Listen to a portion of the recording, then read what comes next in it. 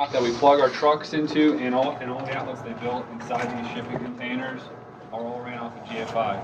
GFI is ground fault circuit interrupter. Yeah, circuit interrupter. So what that's doing is, if it senses, basically you have ground fault in your bathrooms, in your kitchen, and then outdoor environments, and that's water. So if we get water between positive and negative, we're going to have an issue. And that can create a spark, and we can create a fire. So it's the tiniest amount, it's milliamps of continuity between these two, and that's going to pop that circuit. So in some circumstances, we're going to have to be really protective, especially like plugging our trucks in. We need to be really protective of moisture in these outlets, because even just some driving rain or snow and ice accumulation can wind up popping circuits. So this is our circuit tester, and this is going to allow us, when there is a failure, to make sure we know what the failure is. And you plug that tester in, and if you have the left and right side connect, if you look at them, left and right side is correct. And then there's multiple different options of different ways it can be incorrect. So then, if you have an outlet that's not working, if you have an issue where a truck's not staying warm, the first thing to do, in my book, is if a heater's not working, if an outlet's not working, I'm gonna plug this in and just make sure the outlet's correct, working properly.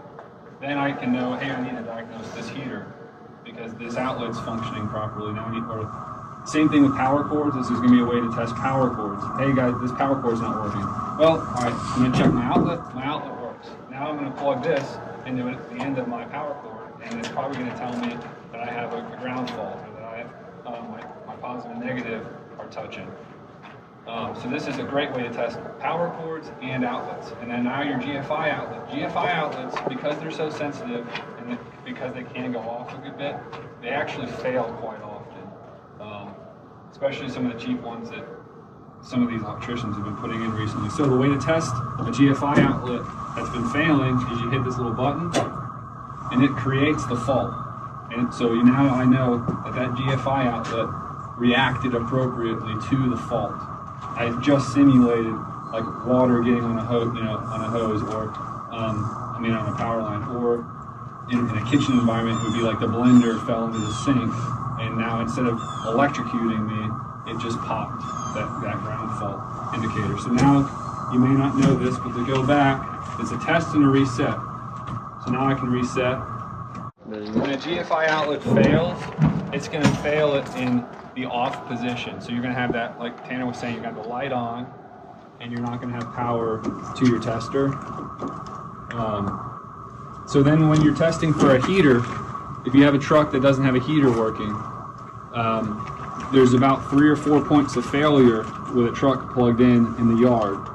And we can start, I would either start from one end, which would be at your power pole, or you start from your truck end. The best thing to do is to work your way down the line from start to finish. So the starting point is going to be the power pole. We're going to check those, like the breakers out there, or we're going to check the outlet that the truck is plugged into. So if I'm testing this heater's not working. First thing I'm going to do is check the breaker for this outlet. Then I'm going to check this outlet. Okay, this outlet's working fine, but my heater's not working, so where's my failure? My heater, yeah. But if my heater's working, and then this failed, then I know, hey, my failure point's here, and I've got a good heater. So this tool is really great for that. And you don't have to use little power testers. This is just the safest way to go about it. Any questions in testing heaters, in testing outlets, and GFIs? Anybody? Most of you that have the stations, where you're plugging your truck in, like you were saying, Steven, you may only have it rated for 20 amps, and they may be pulling 12. Yeah, so then here's the big thing. So it could be tripping it. The outlet could be good, but you're not getting power to your heater. Your heater's not bad. It's just the fact that you're overloading the circuit. Yeah, so each heater is 12.7 amps. So a 15 amp circuit or a 20 amp circuit means one heater per circuit, whether or not it's a 20 amp circuit or a 15 amp circuit. So if your truck has one heater in it, you need one 20 amp circuit or one 15 amp circuit per truck. When you go to GFI outlets, you're pretty much automatically going to a 20 amp circuit.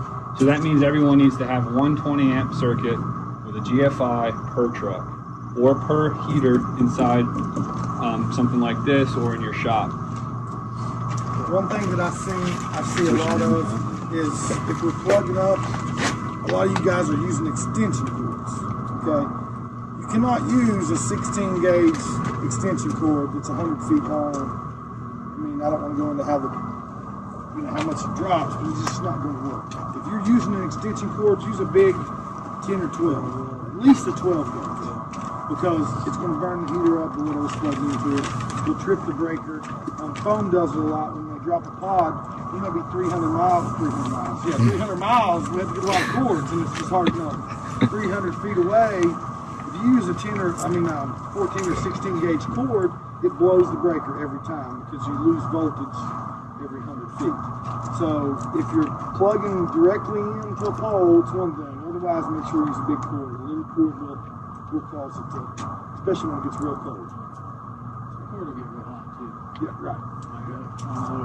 And it'll burn up whatever's on the other end. The heaters, the grill, whatever. We'll go over that later. So that'll happen, guys, if the outlet doesn't get functioned often enough, or if the outlet is just a failed outlet. Like I said, it's kind of a complicated system and it's a very sensitive system. So it can become a failure point. And electricians are not going to be surprised if you call an electrician and say, hey, I need to replace an outlet, a GFI outlet. Can we replace that? Can we now? Do we have one? Do we want to mess with 110? 12 volt I'm okay with. 110. You should vote yes, we replace it now is what you should vote. Yeah, no, I think we need to replace it now, but I got to get several of those replaced right now. Does Just anyone have like you were saying, I've got some of those poles 2 trucks are plugged into and they keep popping. Yeah, that's why. If you're popping, if something electrical, if you're having to mess with it multiple times, more than once, yes, there's something wrong with your system, and either call Rick or I or someone else who is your guru and figure it out, because with electrical, multiple failures of the same sort means there's something wrong with your system.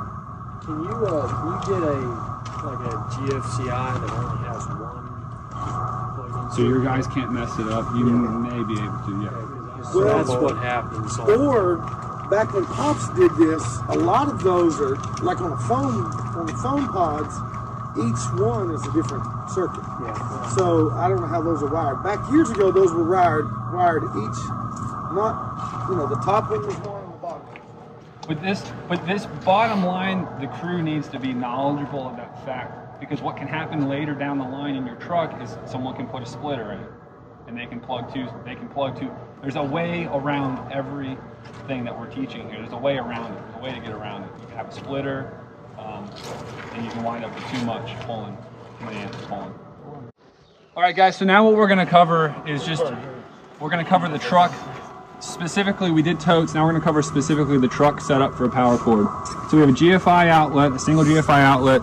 This probably means it's on circuit 8 in the breaker box. And they've got one cord. What we have here, they switched, this is a 20 amp cord. It has the crooked end, so it's rated for 20 amps. And they've transitioned it down to a 15 amp plug to go into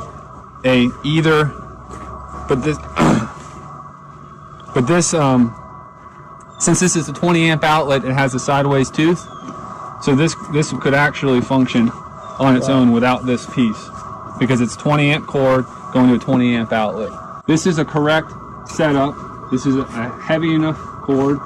And if we look at how it's plugged in, the only thing that Rick wants to change in this system is... Right. Let me show you this, guys. This is an accident waiting to happen. You can already tell. Yeah. You touch it in the wrong place and you wet yourself, that's why. You cannot crimp things. I mean, these are airtight. These are tight seals here. And if you, but if you look, see what we've done to this cord? That cord is pretty close to shot. This is not going to work much longer. So there's several options. If it was me, A quick solution is I'm gonna drill a hole over here and run this through the floor. Trent wants it going out into a box and all that, and we can do that. It's just gonna take a little more time. But I would drill a hole and stick this through that hole before I would continue to do this, because this is gonna fail. As you can see, it's gonna fail. We're going to work our way. So what we want to do, whenever we're testing something, we want to work our way from the beginning to the end of the system. So what we found at the beginning of the system is a working, functioning outlet. So we're good here. Now what we're going to do is test.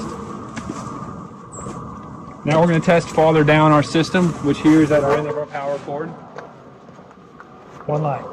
So we have one light, which if you read your doomajiggy tells you open ground. So we've got positive and negative and a ground. Now if we work, so that means our problem is where? It's somewhere between this location and that location. So here we look at our power cord, we're missing a tooth. Now guys, back to this real quick. If I see this on a waterproofing truck, if OSHA sees this on a waterproofing truck, let me tell you what they did to us in the phone.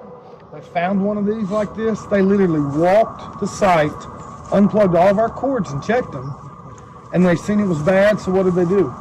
They left it unplugged. We show up 2 days later on Monday to a pod that has no heat, and when we go ask, they said, yep, we unplugged it because it wasn't. So they don't care. You know, plus OSHA, I don't know what the fine is, $500 or something.